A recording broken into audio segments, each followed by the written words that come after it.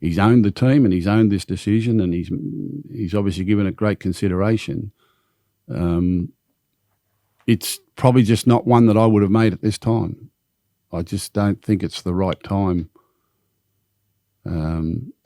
But, he could well be proven correct next Wednesday night. I guess he felt like he had to do something, because just watching his reaction during and after the first Origin game, it looked a little forlorn. I think there was a feeling that if nothing changes, nothing's going to change. Welcome to Six Tackles with Gus. Thanks to the Tab. Great to be with you for another week. I'm in Adelaide. Phil Gould is in Sydney. Good morning, Gus.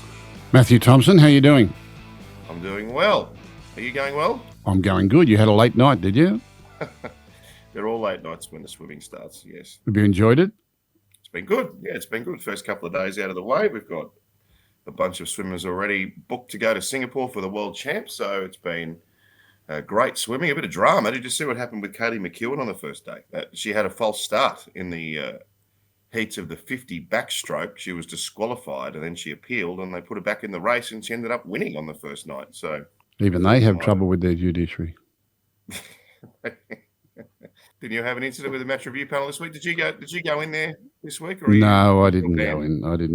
No, Billy Kikau got off his charge, which we might talk about later, because he was penalised, he was sin-binned, he was charged by the match review committee only to go down to the judiciary, and they threw it out straight away. So it makes you wonder why he was penalised on the weekend and sin-binned, which are both very big penalties during the course of a game. We see that quite often.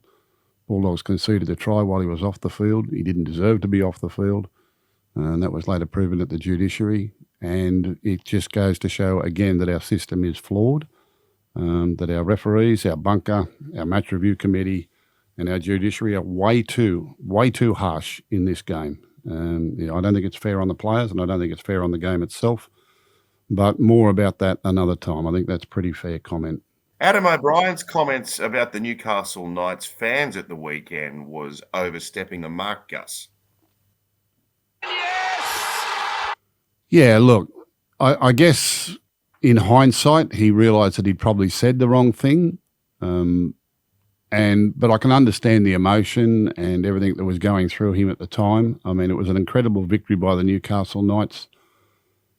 They were down by a big score at half-time, and there were a section of the fans that did show their displeasure as the players left the field. Now, whether they're showing their displeasure at the players themselves or just where Newcastle is at the moment, I don't know. I think it was raised with Adam O'Brien after the game. I'm not sure that he heard that himself, and he made a passing comment regarding the Newcastle fans, which was probably inappropriate and probably should have been recanted on the night. It took another 24 hours for him to eventually come back and apologise for those comments. But, put it down to a little bit of stress, put it down to a little bit of, exuberance over such a magnificent win where they came back in the second half to score in Golden Point, and put it down to emotion. I think most people can understand that. But, there are some things that sometimes need to be said, and other things that, you'd like to say, but you just bite your tongue and move on. And at the end of the day, the fans turn up, they pay their money, they're entitled to boo, and if they boo, well, you've got to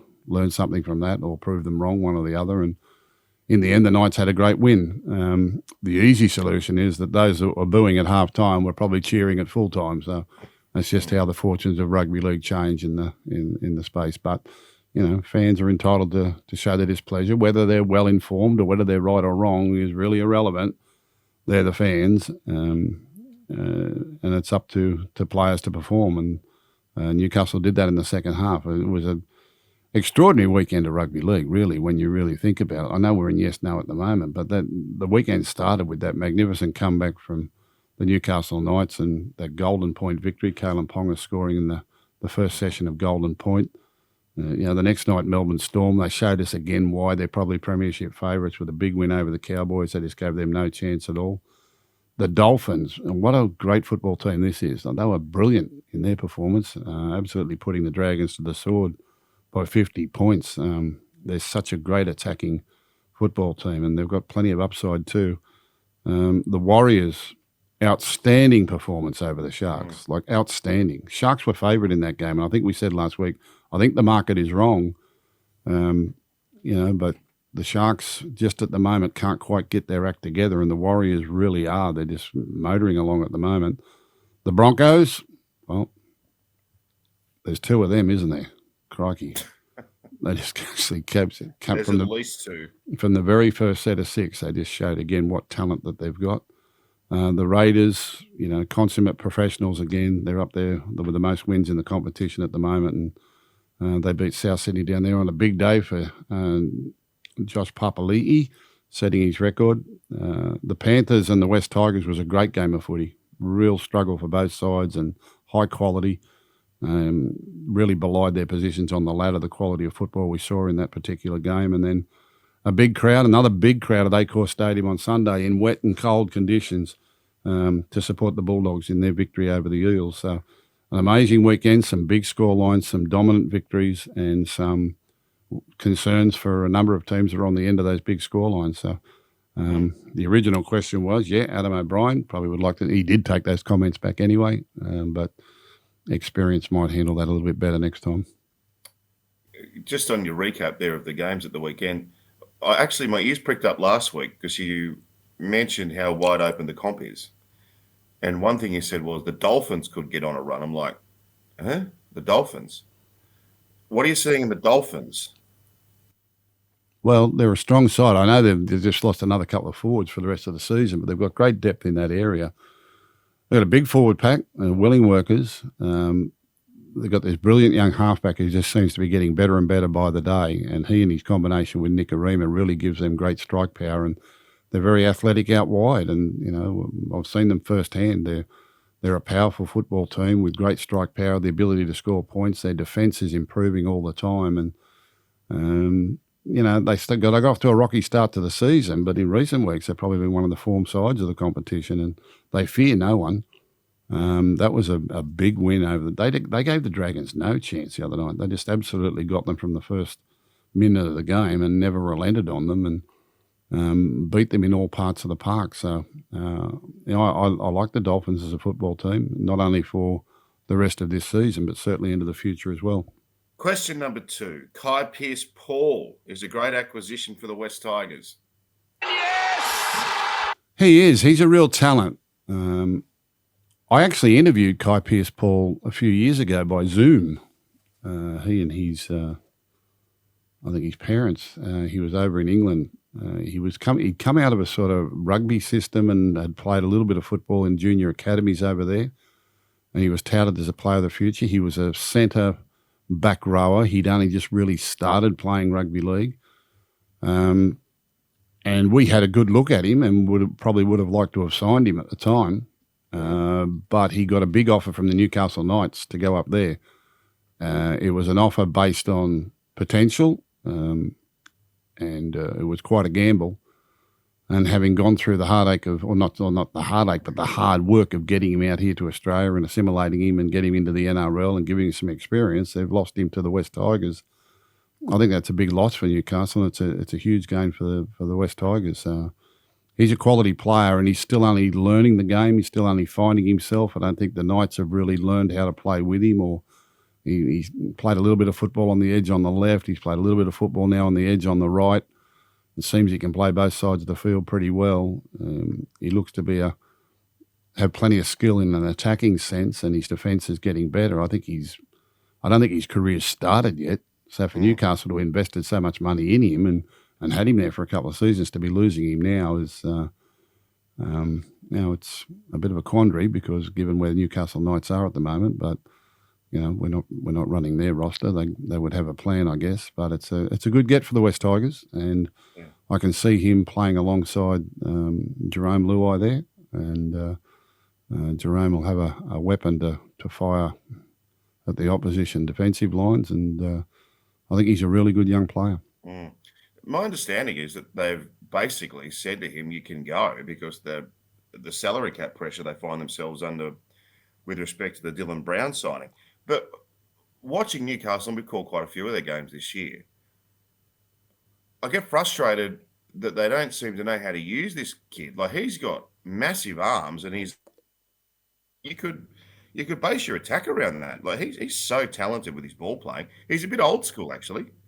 Yeah, well, the Knights are struggling in attack everywhere. They're struggling for direction. They're struggling to get the ball to their strike players, and they've had a number of games this year where they've really failed to trouble the scorer at all. You know, they can't seem to get it together. They've got one of the great attacking forces in the game in Kalen Ponga, who just doesn't seem to be able to get the ball when he wants it, how he needs it, and to do what he needs to do with it.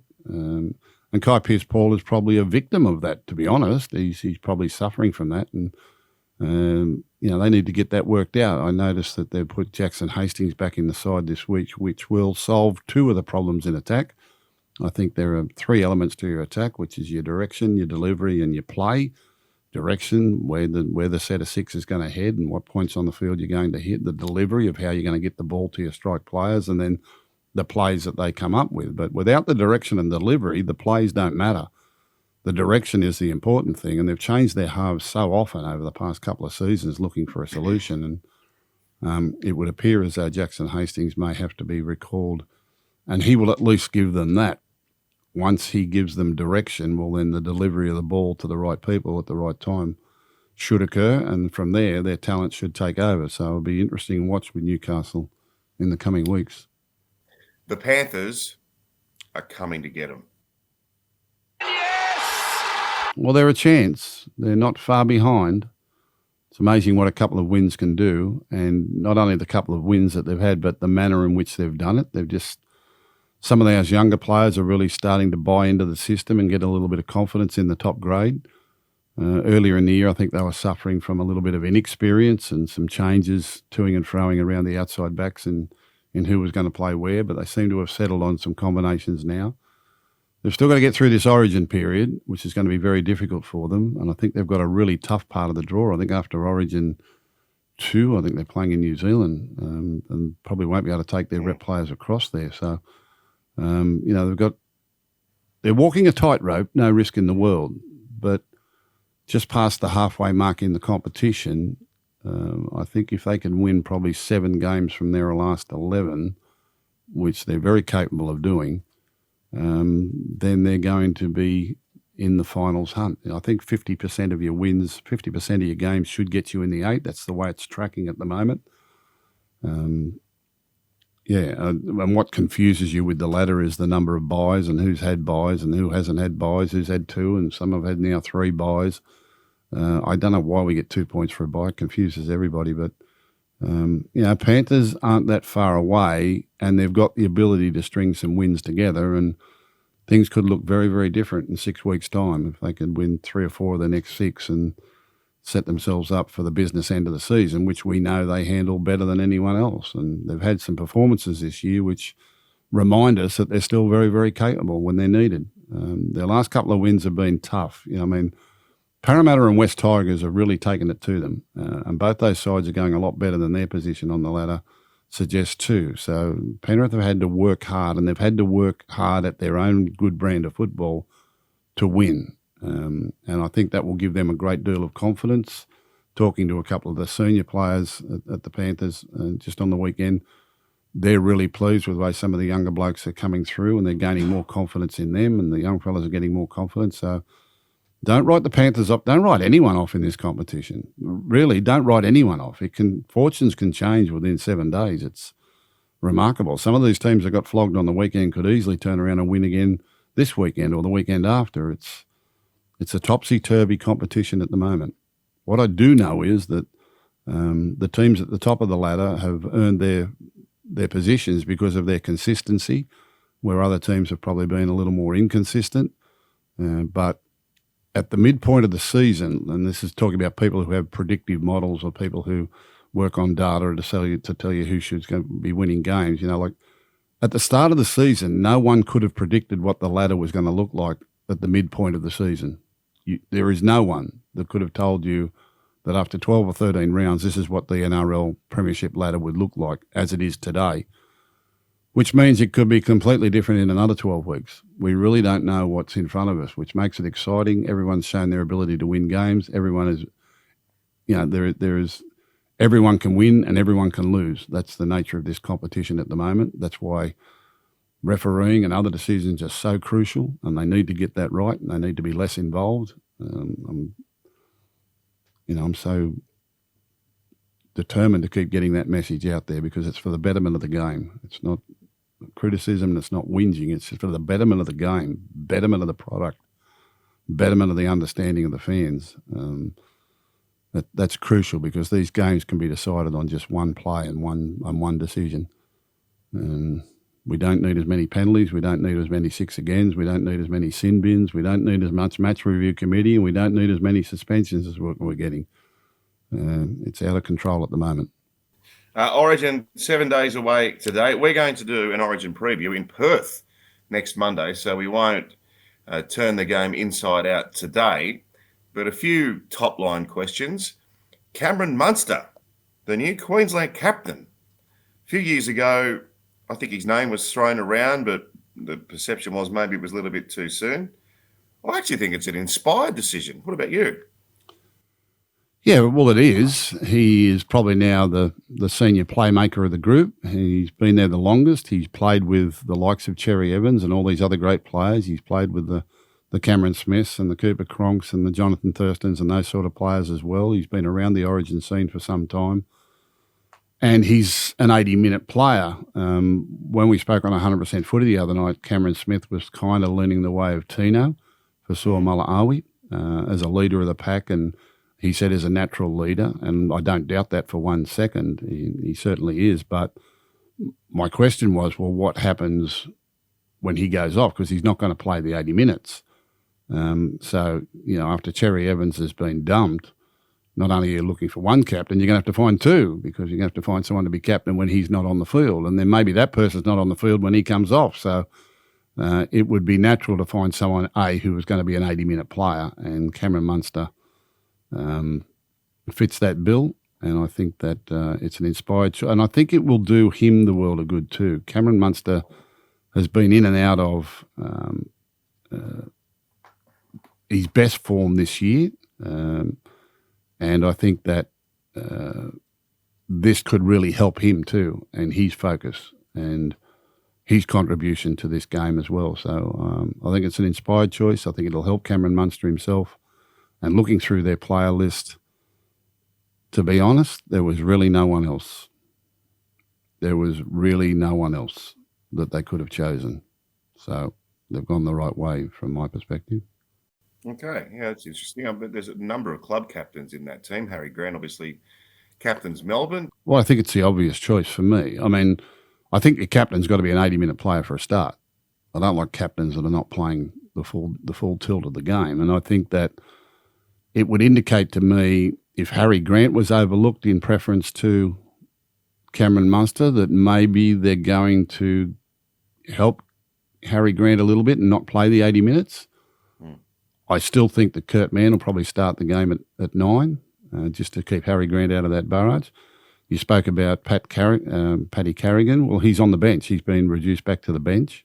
Yeah. Kalen Ponga, I guess the form of Reece Walsh in his comeback game the other day applies pressure there as to who's going to be the longer-term fullback for Queensland. So I guess if they're looking for a captain just for this series and maybe into the next 2 or 3 series, when I look through this list, he is the one most likely. He is the playmaker most likely to be around for the next 2 or 3 years, and give him a few years in that position. And he's the 80-minute leader in this team leading into this game. To be honest, it was one of the reasons why I don't think they should have dropped Cherry-Evans at the moment. I just think they still need his experience and his leadership. And it's a big call, as I said on 100% footy.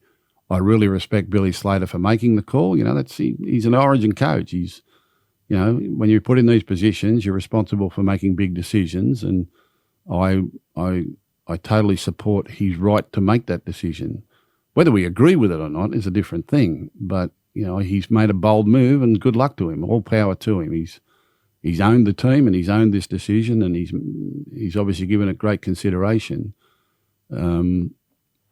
It's probably just not one that I would have made at this time. I just don't think it's the right time. But, he could well be proven correct next Wednesday night. I guess he felt like he had to do something because just watching his reaction during and after the first Origin game, it looked a little forlorn. I think there was a feeling that if nothing changes, nothing's going to change. So he had to make some changes, whether it be attitude or personnel or, a view to looking more towards the future. But it seemed like a strange decision to give Cherry-Evans just one game and then, well, no good, you're out. It's unlike Queensland; they don't usually do that. So it's the enormity of the decision that that they're all going to have to live with, I guess. And again, now we have a rookie captain in Cameron Munster, and at Origin level, a rookie halfback. Going to be very, very hard for them. I suppose Dearden isn't going to sit back and let the game get away from him, though, is he? He's going to take the game on, and Munster's very much a player like that as well. So perhaps in his thinking was that I need somebody who's going to get out there and if the game isn't going in our favour, do something to try and tilt it our way. Maybe they were a little bit passive in the opening game. Yeah, well, I don't think they came from the halves. I think they lost the battle of the middle, and the halves were a victim of that. I think, as I said, I don't think Jonathan Thurston or Cooper Cronk could have performed behind that forward pack the way it went. And it's really the forwards that are going to have to stand up and get them into this contest. There is no getting away from that. Like Tom Dearden and Cameron Munster can be as active as they like in the opening stages of the game, but unless their forwards get into the physical battle and can contain this New South Wales pack, and it's one of the reasons too. Like with Cherry-Evans, I made the point the other night. Cherry-Evans has had such a wonderful career. He's greatly experienced, and if game 2 and 3 go exactly the same way, that New South Wales are just too dominant in the middle, then Cherry-Evans can handle that. His resume can handle that. His experience can handle that. His experience and his profession, he will handle the fact, well, okay, maybe we weren't good enough this year, where they're now thrusting Tom Dearden into this situation without, I don't think, improving what the real problem was from game 1. So if Tom Dearden as a rookie comes in behind a beaten forward pack, if they get monstered the same way as they did in game 2 and 3, well, I don't think Tom Dearden can help them. And what does that do to his development and his confidence at this level? I think this was really Cherry-Evans. If the ship was going to go down, they had to take the captain down with them. I don't think that changing the halfback is going to change their fortunes unless the forwards stand up. And Queensland need their forwards to stand up. Now, it could happen. They've made some changes. They've put Carrigan back to the bench, and I fully suspect that Harry Grant won't start the game. I think the Kurt Mann will, and they'll try to get on the front foot early. And the early parts of this game could be completely different in Baron Perth. They could get a couple of penalties. There could be a couple of HIAs. There could be anything happens in this opening stanza that gets Queensland into the contest, and then it's a completely different game. But what we saw in game 1 was obvious. Blind Freddie could see what was happening in game 1, and Queensland just were never in it. The only try they scored was against 12 men with an unfair and a ridiculous sin binning, which should never have happened in State of Origin football. And that was the only time they looked dangerous in the game, was when New South Wales were vulnerable down to 12 men. Other than that, New South Wales completely controlled them. So I don't know that Tom Dearden can turn that around on his own, no matter how well he plays. Their forwards have got to aim up, and that'll be the whole focus of their week, surely, to give Tom Dearden and Cameron Munster a platform on which to play. It might sound a bit harsh, but if game 2 and game 3 goes the same way as game 1, then I think Cherry-Evans was the one that needed to go down with the ship rather than bringing a rookie in to play that position. What about the Blues? Steady as she goes, really. Obviously a forced change with Mitch Barnett, but Stefano comes in on the bench and Max King's going to start. So they get to pick up where they left off. Yeah, it's good for Max to get a start, and he'll handle that really well. It really has been steady. I think Stefano's got the nod because he was in camp for game 1 and had trained with them, so they've tried to keep it as familiar as possible. I think Keon Kalamatangi is very unlucky not to be picked in this game. I think his club form's been outstanding, and if there's another injury or what have you leading into game 3, I think he should be a forerunner there. But Stefano, he's been in this group before. He understands the landscape very well. He trained with them for round 1. They had a good win. They had a dominant win. If they can learn out of game 1 from winning, if they can take it to another level, they're going to make it extremely hard for Queensland. extremely hard. I think they'll win handsomely. I think they'll be too good again. But Origin's a funny beast. It doesn't take much at the start of the game for the game to tilt in the other direction, I can tell you. So the opening stands, they need to be as strong, if not stronger, than what they were. I think they can be a little more adventurous than what they were, a little less conservative. I don't think they can just rely that game one will be repeated in the opening stanza. They've got to go out and earn it, but I'm sure they will too. They're professional footballers. They understand it. Coaches know what they're doing. I think they're extremely hard to beat. It's a good-looking team to me. Gus, we've got a new sponsor on Six Tackles with Gus. Wonderful. Ampol, they sponsor State of Origin. They've jumped on board, and part of the deal is they're going to pay your fuel bill. My fuel bill? Yeah. I'll send them broke. I do a lot of driving. So the Ampol Power Surge is brought to you by Ampol, powering Australia's own sporting nation. We're going to do a top 3 power players every week, and the question this week is, which 3 players do you think will have the biggest impact on Game 2 of the Origin series? Game 2, the 3 players that I think will have the most impact are Payne Haas, Isaiah Yeo, and Nathan Cleary. I think Payne Haas and Isaiah Yeo set, and Mitch Barnett did his job too, and so did Angus Crichton, and they were all good, the New South Wales forward. But I thought in particular, Payne Haas was dominant, and he always is. He's always very active, and he has a lot of runs and a lot of tackles, and he was terrific. Isaiah Yeo has learnt that Origin is not club football. The club football that he brought to Origin in previous years, I thought Queensland did a good job of handling, so he had less passing. Isaiah Yeo is a great runner of the ball. He's got a big frame and a left foot step and very, very strong, and he put the passing away in this game, and they played it more like an Origin structure than just bringing their club football to the Origin stage, and I think that helped Cleary in particular as well. It was harder for Queensland to contend with. And I think those 2 players were extremely impressive for me. I thought they were the best 2 players in the first half hour play in Payne Haas and Isaiah Yeo. And then off the back of that, I thought Cleary had his best ever Origin. I've heard mixed reports, people talking about Nathan Cleary and what he did, but I think Nathan Cleary too has learned that it's not club football, and he plays a different way. And I thought he was really good in that game. He had a huge number of runs. He made people miss tackles. He got some offloads. He had a hand in all the tries that they scored. I thought it was his best Origin, and I think he'll only get better out of that. And this is a really, really good New South Wales team. Really good New South Wales team. And I'm not just saying that. I think it's a really good side. They won last year's series, and I think they're going to back it up and win this series, and they'll close it out in Perth and then come back to Sydney looking for a whitewash. But if you want your top 3 players, the power players in this game, Haas, Yeo, Cleary would be my 3. Yes, well, the first 2 are certainly very powerful.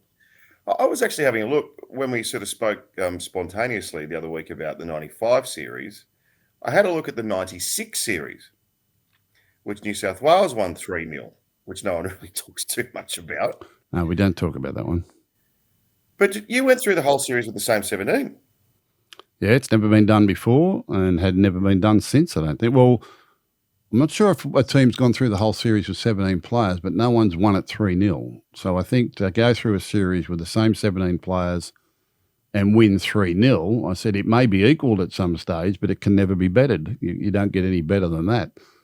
In those days, there was no 18th man either. We didn't need another one on the bench to I think by game 3, a couple of the players played with injury. We had the series won, and they sort of came in and played with injury because they just wanted to be a part of history to win 3-0 and with the same 17 players. They were a special group, a really good footy team.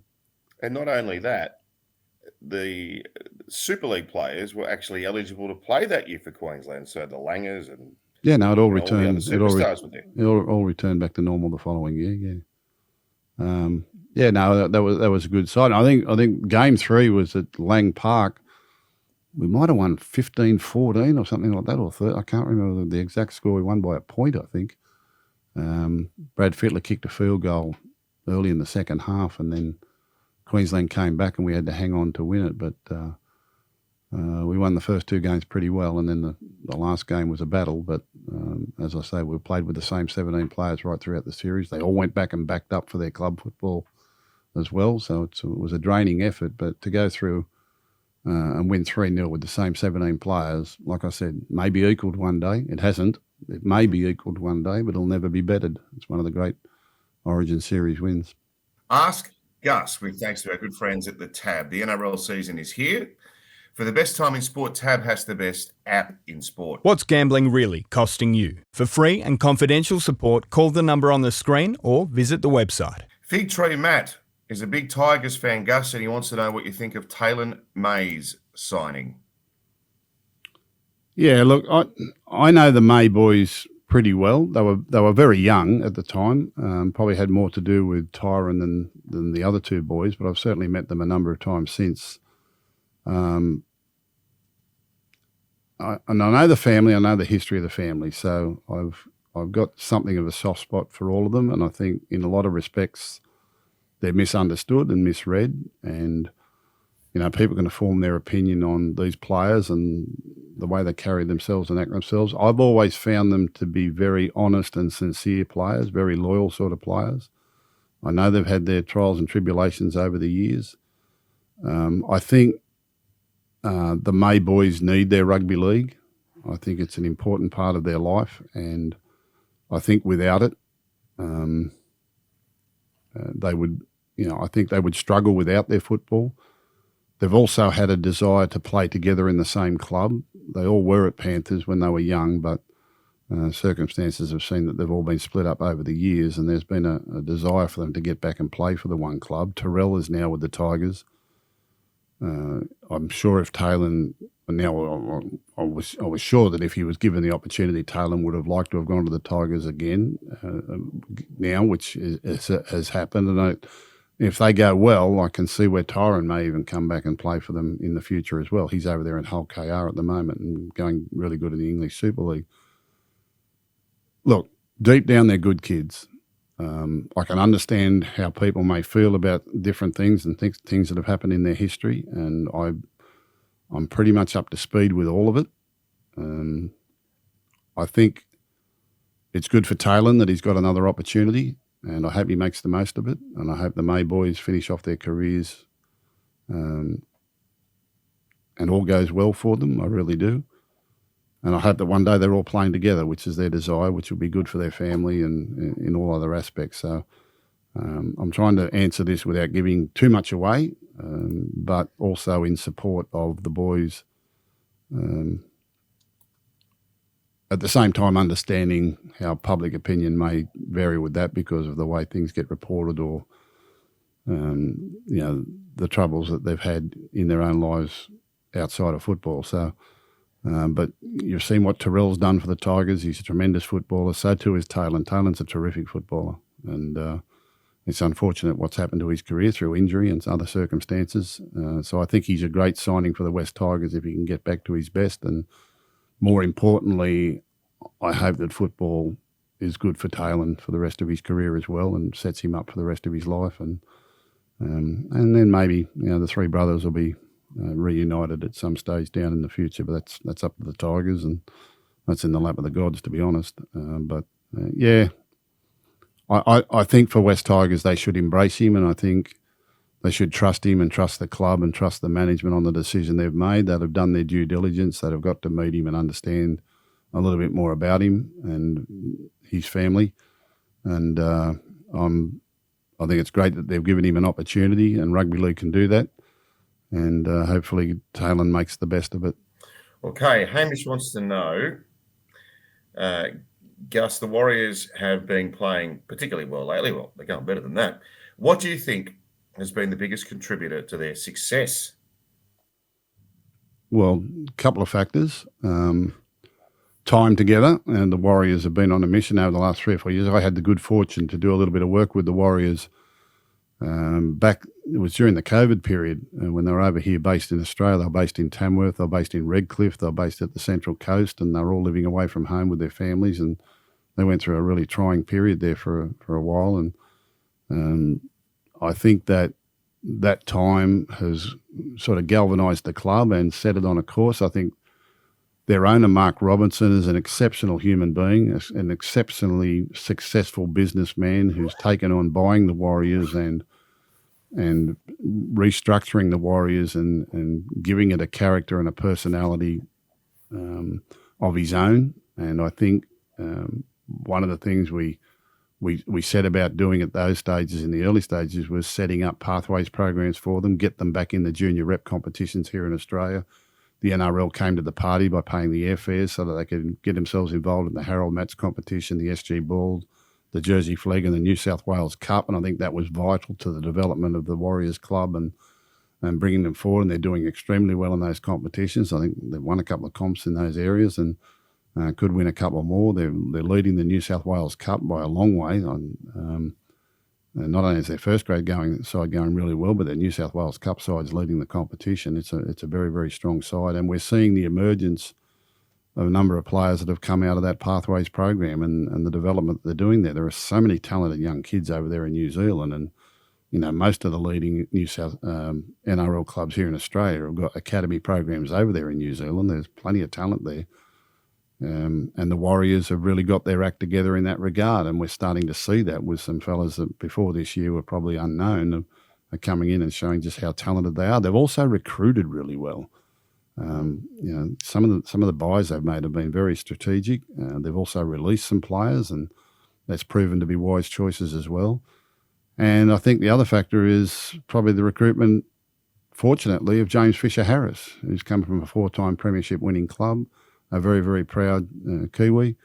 And, from what I understand, he's taken his work ethic and his professionalism and the value of being a premiership winning player to the Warriors and given them new direction. Mitch Barnett the other night, everyone said, gee whiz, he's out for the season. But they brought some kids in and they just ran roughshod over the Sharks, didn't they? It was way too good for them. So, now it's a team on the rise, and it's only going to get better. The scary part about the Warriors, this is only the start. This honestly is only the start. Whatever they do this year, they're going to be a better team in the next 2 or 3 years. This same squad, even if they just keep this squad together. He's an exceptional bloke, Mark Robinson, the owner, and the CEO, Cameron George, is one of the smartest in the game. Really, really smart operator. It's just those two blokes. There's no board of directors. There's no, they're not set up like they are in Australia. It's privately owned by Mark Robinson. His father actually sponsored the New Zealand Kiwis back in the 70s and 80s. He had a company called Ortex, which was a textile carpet tile company. And I went over to the New Zealand Rugby League there at one time there when I did get across to New Zealand and went to the museum, and there's a whole room on the Ortex room, which was dedicated to his father's time in sponsoring the New Zealand Kiwis, the national team, for a number of years. And it's a rugby league family there in New Zealand. They've always been in rugby league. Mark Robinson, the owner, played as a young fellow, pretty wild sort of fellow, wild kid. Very successful in business. He worked for his father in the textile business and has built a tremendous business of his own, very, very successful. When you go and look at his workplace and the culture and the people and the relationship he has with them there, he's just brought that expertise and of how he's built his business there across to the Warriors and given it the professionalism and a family type feel, and he's reaping the rewards from it. He's a very, very successful bloke. And Cameron George is a very, very smart operator, very, very good operator. And the Warriors are in great hands, and they're going to be a force for a long period of time because Mark's in it Mark's a winner. Mark's in it for the long haul. I had the very good fortune, when we were over in Vegas earlier this year, the Warriors were playing the Raiders, and on the Wednesday night before the game, Mark and Cameron invited me to a staff function. They were having a staff function at the Bellagio Hotel there, just a dinner for all their staff and their partners, and they brought some key sponsors across, of course, and they chartered their own plane from New Zealand to come across, and I suppose there were about 50 or 60 people there at a dinner, and Mark got up and spoke, and he was quite emphatic. He said the Warriors will be winning the premiership this year, and he was really confident about it. But that's the confidence he exudes. That's just what he is. He's a real winner as a bloke in his life and his business. He's a very, very successful businessman. but you only need to look at the way his staff and the people that are loyal to him in his business to understand what sort of person he is and how that's carried over into the Warriors and how they speak about him there. Yeah, he's a special human being, the owner, Mark Robinson, and there was never any doubt that the Warriors were going to be a success eventually, and they are now, and they're only going to get better. You are seeing the tip of the iceberg. For years and years and years, we've been saying the Warriors should be a juggernaut. Well, strap yourself in, baby, because it's coming. And it's whatever they do this year, and they could easily win the competition this year. Whatever they do this year, they're going to be better in years to come. It's very, very exciting for the game. I think, the year that the Warriors can win a competition is going to be great for the National Rugby League. It's going to be great for our code. And I know that's his sole mission at the moment.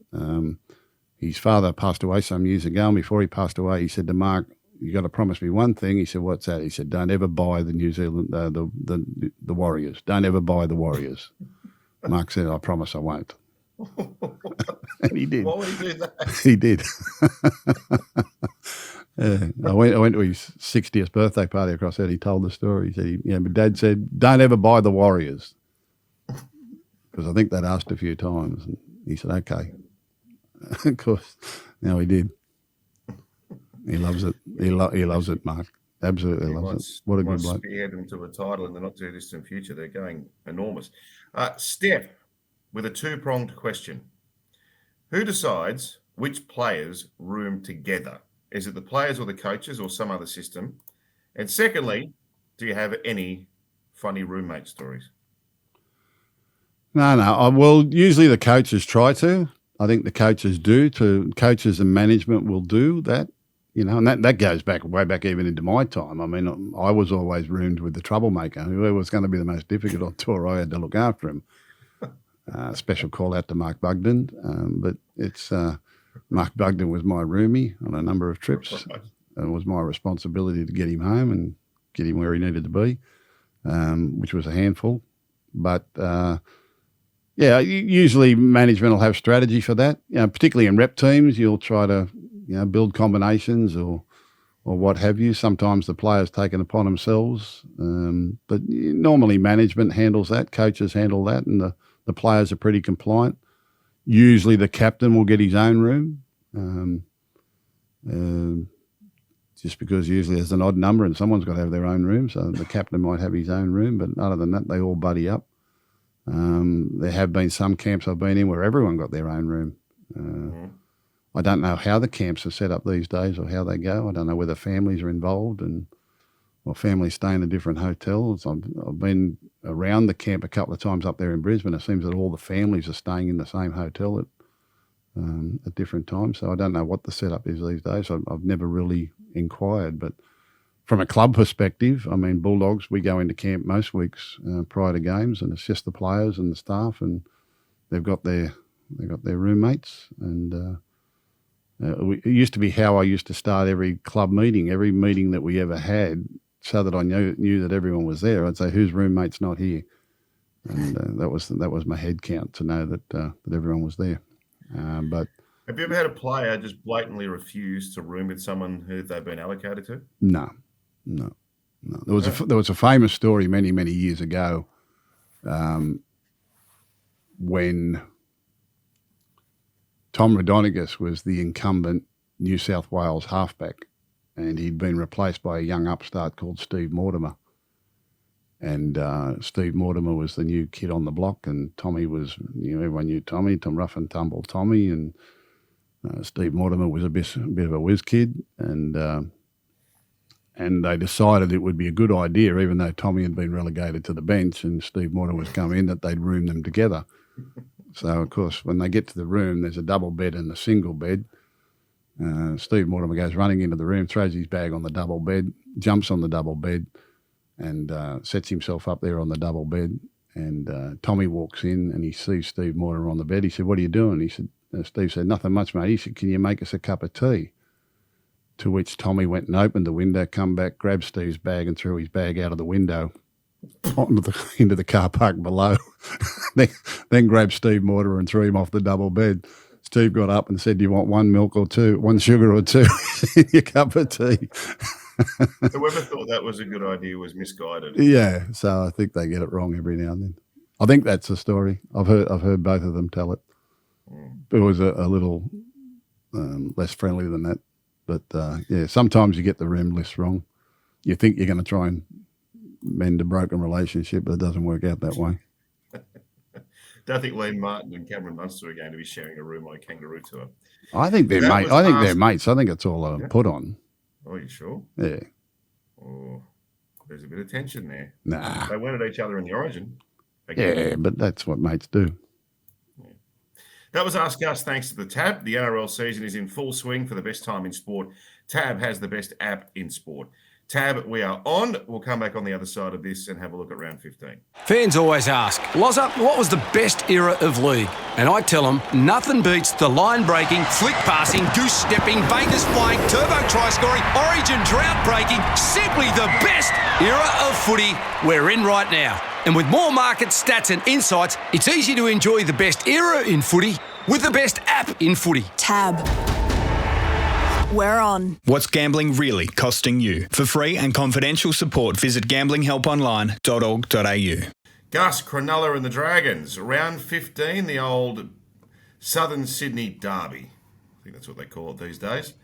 And one thing I do know is that the Sharkies desperately need to win. In fact, they both need to win because I can't quantify what happened to the Dragons last week.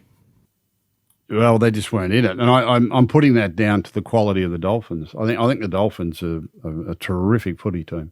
They're just getting better and better. And the early part of the game, it never set up that it was going to be a 50-point win. I think that Dolphins scored off a couple of kicks, and the Dragons were unlucky not to score once or twice. It was kind of a little bit to and fro and tit for tat in the early stages, and you thought, well, maybe whoever scores next will get the ascendancy, but then all of a sudden, Dolphins got a couple of tries off kicks, a couple of kick chases, and then scored again, and then got out to a lead at half time. The second half, they just never let the Dragons in it whatsoever, and Dragons capitulated. It was a bad sign for the Dragons, but we've seen them do that before. We've seen them get beaten by big scores and bounce back the next week and win, and there'll be nothing more than a local derby to probably bring the best out of them, and the fact that they have got their backs to the wall and they need to win. They're up against a Sharks team that, it's not as though they're going terribly, the Sharks. Where are they on the ladder? They're in, I think they've had 8 wins or 7 wins or something or other. They're not that far. The last 2 performances have been pretty ordinary. Yeah, but then all of a sudden, I don't think they've ever at any stage this season shown us their very best form. So they're having their own struggles at the moment as well. I think that in this game, it's hard to predict. Neither side is really that battered around by origin representation. It's just Val Holmes who's in the origin. out of the Dragons team. I just think they're struggling probably for direction and probably for, well, there's a few things. I think their forwards are playing well enough. Look, I've got to go with the Sharks. I can't see the Sharks losing this game, but right at the moment they need some confidence building. So they've had 7 wins. They've won more than they've lost. Seven wins and 6 losses. They're sitting there in 5th position and haven't been anywhere near their best. Not anywhere near their best at any stage of the season. We could put a lot of that down to the early season travel. I mean, they went to Vegas. They went to Townsville. They played a lot of away games. 7 wins is not terrible in this competition when you compare it to the rest of them. I mean, they're only 5th out of 17, and I think they're pretty much assured of finals appearances again, which is a good result. But we still haven't seen their absolute best. If they produce their best, they'll beat the Dragon, and I think that's the way we'll tip down there at the Bermuda Triangle on Thursday night to open the round. You'll see it on 9 from 7:30. Friday night football also from 7:30 from Cbus Super Stadium. The Titans, without Tino and Moeaki Fotuaika, up against Manly with Turbo, Saab and Talkiaho back in. Yeah, and Cherry-Evans. Yes. Yeah, probably a game they expected they wouldn't be without their halfback and captain, but he's there, and Tom Trbojevic back, and he seems to have shaken off now the injuries for the last that he's had in the last couple of weeks, and Amoli Olakauatu is still there. He didn't make the side. Jake Trbojevic is there. When they looked at the draw at the start of the season, they probably thought this was a game where they'd be missing a number of their stars. But they're all there for this game, which I think is a huge advantage for them. And the Titans, again, another disappointing result last week. Their two big forwards are out. It's hard to see them turning it around against the Sea Eagles, who'll be desperate for a win. So I'm going to go Manly in that game. 5:30 Saturday, Newcastle host the Roosters. Kalen Ponga is in the Queensland team, so Fletcher Sharp's playing fullback, and Jackson Hastings will play 5'8". Matt Croker goes to prop because Tyson Frizzell's is out with concussion. I think they've got 6 front rowers out at the moment. Those really bare bones up front, Newcastle. On the flip side, Sam Walker comes back to play his first game since round 26 last year. He returned to the New South Wales Cup last week. Dom Young comes in on the wing. Marky Mark goes to the centres to cover for Robert Toyer. And the Fahu White and Nat Butcher come back as well. Yeah, I think for Sam Walker to play New South Wales Cup last week, it was just to get him out there and get a sweat up and feel a bit of a bump and bruise and get him into the flow of playing. It was a one-off. He wasn't out to do a lot. It was a bit like a horse having a barrier trial, and he just went around at his own pace and got back into the swing of things, and they've seen to bring him straight in. Interesting that they've put Hugo Agogo to 5'8", Hugo Zavala to 5'8". And Sandon Smith has gone back to the bench. Now, I find that surprising. Nevertheless, I'm not in the camp and I'm not the coach, and we assume that he knows best. Looking at the two teams and how they're going, the last time that games were Origin affected, the Knights beat the Panthers, but the Panthers were obviously very heavily affected by Origin representation. But there'll be a good feel coming out of that group. Jackson Hastings comes back in. He's playing, they've nominated him number 6. I think he'll be doing most of the directing in the game, and that could bring them to light a little bit more. Gee, they're a good player, that Fletcher Sharp. He's a good player. He's a really good player, and he's a dynamic fullback. I can't see anything but a Rooster win there. Okay, North Queensland versus the Dolphins, 7:30 Saturday night. The Dolphins decimated with Origin representation. Dearden, Cotter, Nane, Robson, all in Origin. John Bateman and Viliami Vailea are suspended. Gee, that's a big whack, isn't it, from last week?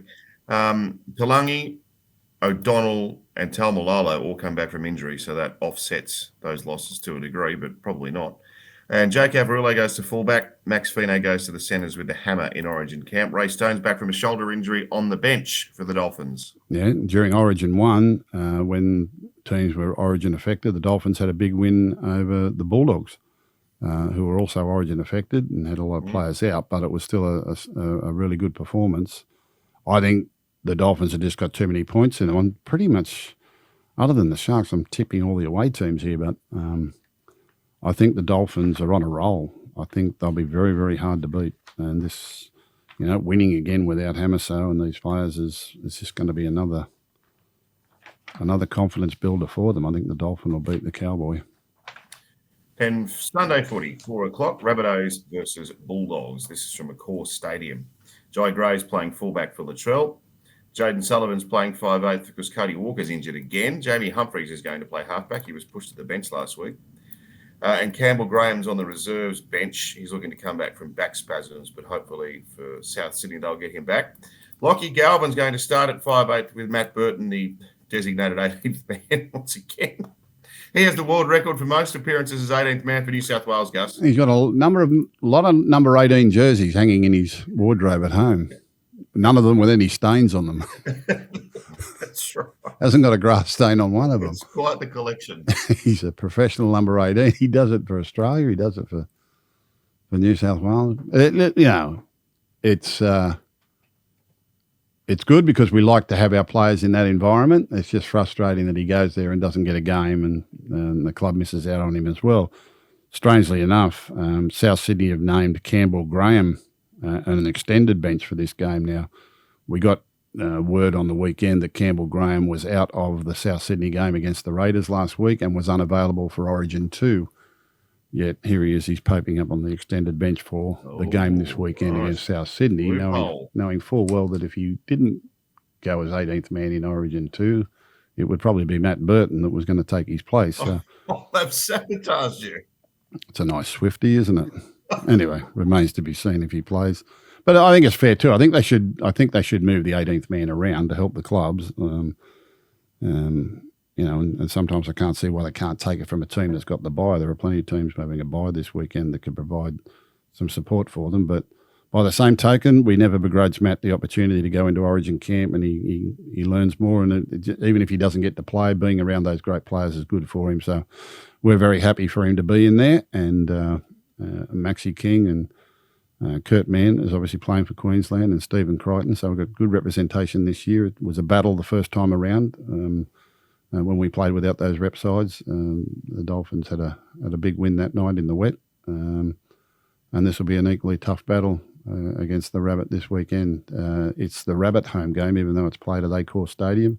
Earlier this year on Good Friday, this game attracted 65,000 fans, set a new attendance record. So hopefully both sets of fans get out to support these two teams on the weekend for the Rabbitoh home game, and that's on Channel 9 from 3 o'clock on Sunday. Yes, so let me run through these tab betting odds. So Sharks are $1.30, Dragons at $3.50 for Thursday night. Yeah, we're going to go Shark. Titans $3.50, Manly $1.30 Friday night. Seagull. Knights $2.75, Roosters $1.45 Saturday 5:30. Rooster. Saturday night, Dolphins $1.53, Cowboys $2.50. Dolphin. And Souths are $2.90 and the Bulldogs are $1.42. And putting their feet up this weekend, Brisbane, Para, Penrith, Canberra, who I've got to say, they've been absolutely brilliant, the Raiders, but you put it in even more context. They haven't had a bye yet, and they've basically traversed the whole face of planet Earth. I was just looking at some figures. One of the factors that we look at for team performances is how many players you've used each in your games so far during the course of a season. I was looking at how many players at the midpoint of the season, how many players each team has used. The team that's used the most players of any team in the competition is Parramatta Eels. They've used 31 players in their NRL program this year. So obviously in the early part of the year with some injuries and searching for new combinations and trying new players in the top side, they've settled down on it because their last month of football has been terrific. They belted Newcastle, they belted Manly, they went very close to beating Penrith, and they put in a stellar performance against the Bulldogs on the weekend. So Parramatta Eels have used the most, 31. Panthers have used 28. Some of that through Origin representation, obviously, but they've too had their problems.